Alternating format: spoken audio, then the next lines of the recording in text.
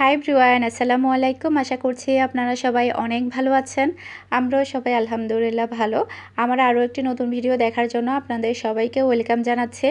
আজকে আমি আপনাদের সাথে মূলত খুবই সুন্দর একটা কেকের ডেকোরেশনের ভিডিও শেয়ার করব। গত 2 দিন আগে আমি আপনাদেরকে বলেছিলাম যে পাকিস্তানি একটা ফ্যামিলি বার্থডে কেক অর্ডার করবে। তো আমি যেহেতু বাসায় কেক তৈরি করি, আমার কেকটা খেতে কেমন বা কেমন ধরনের টেস্ট হবে সেটা দেখার জন্য ওরা একটা প্লেন কেক অর্ডার করেছে আমার কাছে।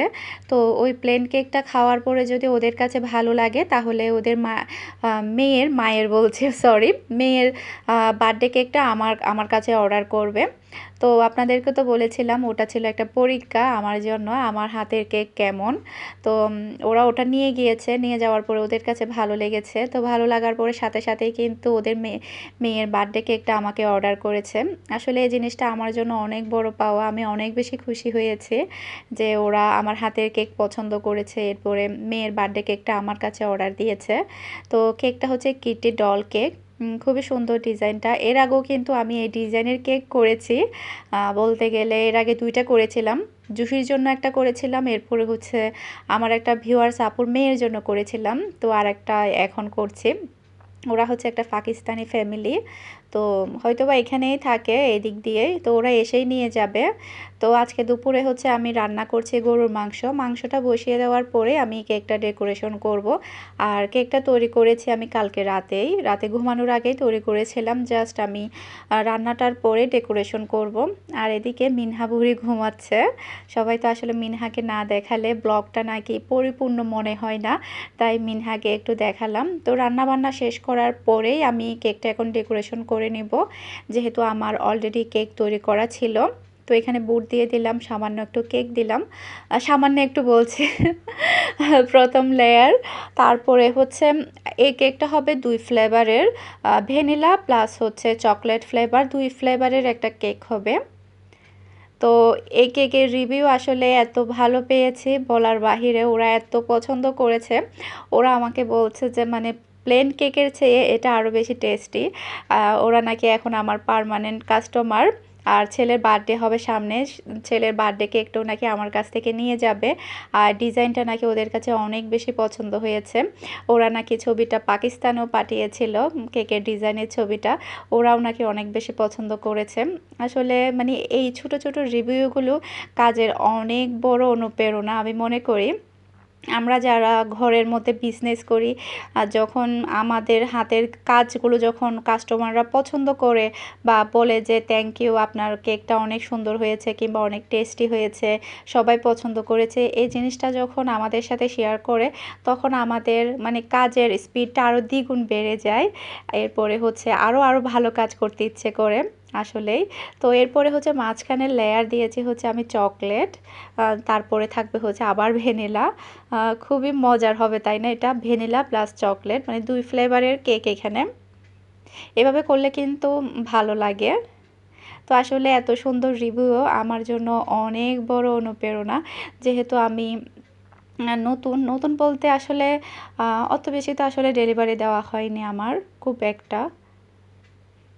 তো এরপরে হচ্ছে পুরো কেকের মধ্যে আমি এখন ক্রিম দিয়ে কভার করে দিচ্ছি। আর অনেক আপুরা আমাকে বলে যে ক্রিমটা গলে যায় কিংবা হচ্ছে কেকের ভিতরে ক্রিমটা ঢুকে যায়। তো ক্রিম দিয়ে কভার করার পরে আপনারা কিন্তু টোটাল 1 ঘন্টার জন্য নর্মাল ফ্রিজে রেখে দিবেন, ক্রিমটা যাতে সেট হয়ে যায়। তখন দেখা যাবে ক্রিমটা গলে যাবে না, তারপরে হচ্ছে কেকের ভিতরে ক্রিমটা ঢুকে যাবে না।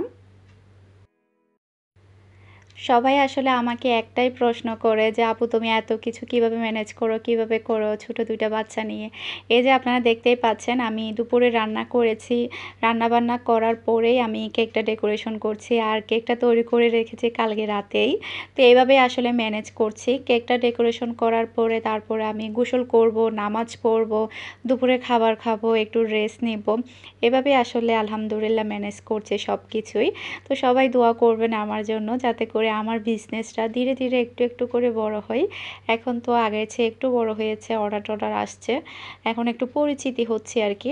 আগে তো একদম নতুন ছিল, মাঝখান দিয়ে আবার পুরো একটা বছর গেল যে প্রেগনেন্সি, যার কারণে আসলে খুব একটা অর্ডার নেওয়া হয়নি।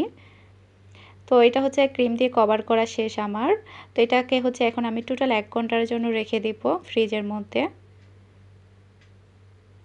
তো 1 ঘন্টা পরে আমি আবার বের করে নিয়ে এসেছি।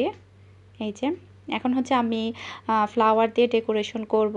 আর নজেলটা হচ্ছে M1 নজেল দিয়ে আজকে আমি ডেকোরেশনটা করছি। তো বুটটাকে একটু ক্লিন করে নিলাম, কারণ ফ্রিজে রাখার পরে বুটটা একটু হয়ে গিয়েছে। আর এই কেকটা হবে টোটাল 3 কালারের, আর ডলের ড্রেসটা হবে রেড কালার, টোটাল 4 কালারের। তো 4টা 4 রকম হবে। এই পিঙ্ক কালারটা হচ্ছে একটু গাঢ় টাইপের পিঙ্ক, এরপরে হচ্ছে একটু হালকা টাইপের আমি পিঙ্ক দিব, তারপরে হচ্ছে হোয়াইট কালার থাকবে, 3টা থাকবে। আর এটা হচ্ছে ফ্লাওয়ার নজেল। তো আমি একটা একটা করে ফ্লাওয়ার তৈরি করে নিয়েছি নিচের বর্ডারের মধ্যে। আর যখন নতুন নতুন ডেকোরেশন করি কিংবা নতুন কোনো ডিজাইন আর কি, তখন আমার কাছে এত বেশি ভালো লাগে, মানে বলার মতো না। কোনো একটা মানে কেক যখন আমি করি, ডেকোরেশন করি, এরপরে যদি সেম ডেকোরেশন যদি আবার করতে হয়, ওটার চেয়ে আমার কাছে নতুন যখন ডিজাইন করি তখনই সবচাইতে বেশি ভালো লাগে। তো দ্বিতীয় বর্ডারটা দিচ্ছি হচ্ছে হালকা একটু পিঙ্ক। প্রথম দিক দিয়ে আমি একটু ভুল করেছিলাম, মানে উল্টা দিক দিয়ে দিয়েছিলাম, এখন আবার ঠিক। আর এই কেকটা যেহেতু একটা মেয়ের জন্য, তো ওনাদের মানে রিকোয়েস্ট ছিল কেকটা যাতে পিঙ্ক কালারের হয়, তো সেজন্য আমি পিঙ্ক কালারের দিচ্ছি কেকটা। নিচেরটা একটু গাঢ় পিঙ্ক, এটা একটু হালকা, তারপরে হবে হোয়াইট। আর ড্রেসটা আমি দিয়েছি রেড কালারের। এই যে, আর আমাকে সব সময় বলে যে আপু, আমি যখন কেক ডেকোরেশন করি তখন আমার ক্রিমটা গলে যায়। আসলে যখন তাপমাত্রাটা একটু বেশি থাকে সেজন্য ক্রিমটা গলে যায়। তারপরে হচ্ছে এখন তো প্রচুর গরম, যার কারণে সমস্যা হয়। আমি তো প্রায় ডেকোরেশন করার কয়েক ঘন্টা আগে থেকে এসি অন করে রাখি, তারপরে এসি চলতেই থাকে, একদম ঠান্ডা হয়ে যায়, ফুল স্পিডে এসিটা ছেড়ে দিই, তারপরে কেকটা ডেকোরেশন করি। তো আবার অনেকে বলছে যে আপু, মানে তো অনেক বেশি গরম, তুমি কিভাবে মানে কাজ করছো? ওই যে বললাম, এসি অন রেখে কাজ করছি। এরপরে যখন ডেলিভারি করতে যাই তখন তো মিহির বাবা গাড়ির মধ্যে এসি অন রাখে, তো সেই কারণে আসলে সমস্যা হচ্ছে না। আর অনেকে দেখছি এসে এসে নিয়ে যাচ্ছে, যারা আশেপাশে আছে তারা কিন্তু এসে এসে নিয়ে যাচ্ছে, এই জিনিসটা আবার ভালো। আমাদের আবার হোম ডেলিভারি করতে হচ্ছে না, আমরা কিন্তু আবার হোম ডেলিভারিও করি।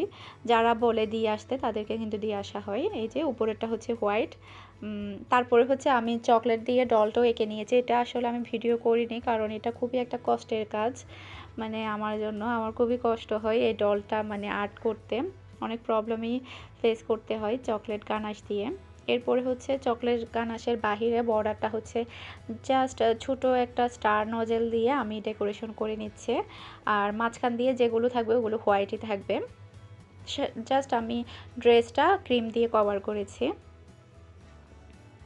আর পুরো কেকের ডেকোরেশন কেমন হয়েছে প্লিজ আমাকে জানাবেন, ভালো লাগলেও জানাবেন, আর কোনো দিক দিয়ে যদি খারাপ হয় সেটাও আমাকে জানান, তাহলে হয়তো বা ওই জিনিসটা আমি মানে ভালো করার চেষ্টা করব। আর ভুল করতে করতে কিন্তু মানুষ শিখে। তো আগে কিন্তু যখন আমি ডেকোরেশন করতাম তখন আমার হাত এত বেশি কাঁপতো, এত বেশি ভয় লাগতো, মানে কি বলবো আসলে, মানে খুবই কষ্ট হতো। এখন কিন্তু আলহামদুলিল্লাহ একটু হাত চালু হয়েছে, সামনে হয়তো বা আরও বেশি ভালো হবে।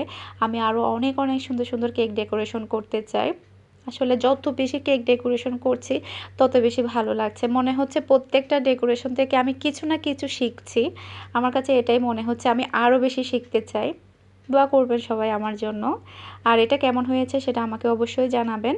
আর এটার ওজন হয়েছে টোটাল 1.5 কেজি। 1.5 কেজি মানে হচ্ছে 3 পাউন্ডের চেয়ে বেশি, মানে 3.5 পাউন্ড ধরা যায় 1.5 কেজিতে আনুমানিক।